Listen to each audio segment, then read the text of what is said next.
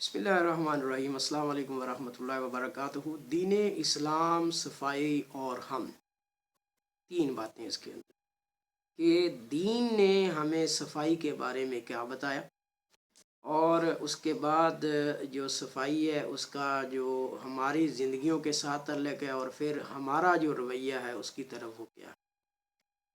तो वाज़े तौर पे अल्लाह तबारक व तआला के नबी सल्लल्लाहु अलैहि वसल्लम ने भी उसके बारे में बता दिया कि जो सफाई है वो ईमान का हिस्सा है।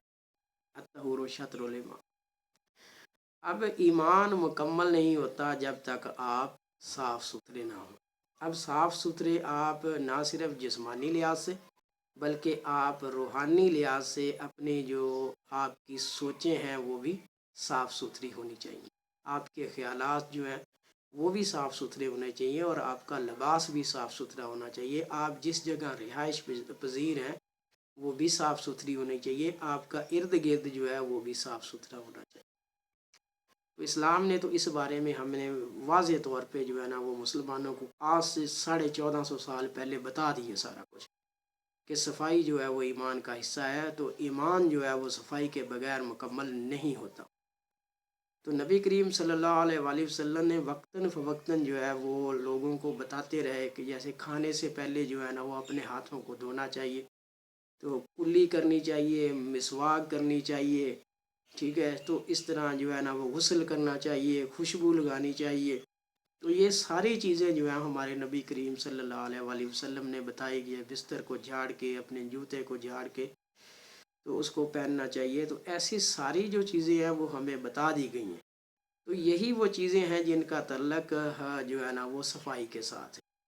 तो हम क्या करते हैं, हमारा रवैया जो है वो सफाई की तरफ कैसा है। अगर आप पाकिस्तान का एक चक्कर लगाएं या अपनी विसिनिटी के इर्द गिर्द आप देखेंगे, आपका जो सराउंडिंग एरिया है उसको आप चेक करें, तो हम बतौर मुसलमान जो है वो जो हदायत हमें मिली थी उससे उसके बिल्कुल जो है ना वो अगेंस्ट जाते हैं।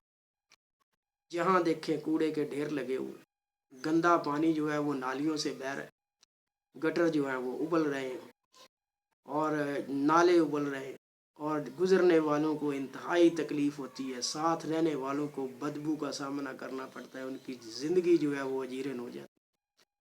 तो इस्लाम ने ऐसा तो कोई मुसलमान का मॉडल जो है वो पेश नहीं किया कि जिस पे इस्लाम जो है वो असर ही ना करे।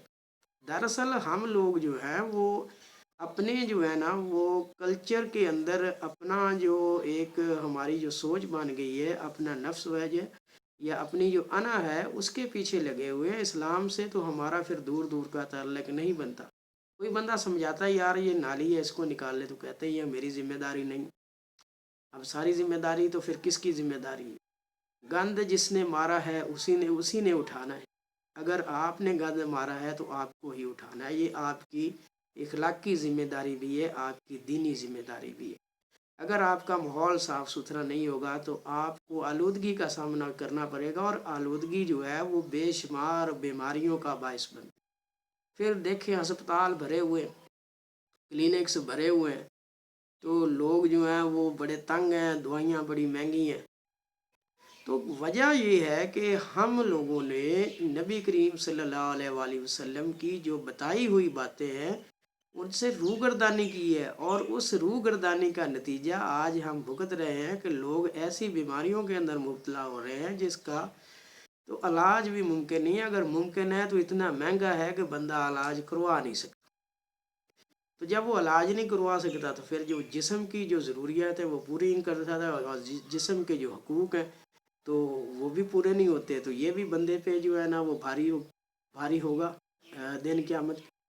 तो ज़रूरत यही है कि जो नबी करीम सल्लल्लाहु अलैहि वसल्लम हमें जो हुक्म देते हैं, जैसे कुरान मजीद में है कि जो ये नबी सल्लल्लाहु अलैहि वसल्लम तुम्हें हुक्म दें उसे मान लो, और जिससे मना करें उससे रुक जाओ।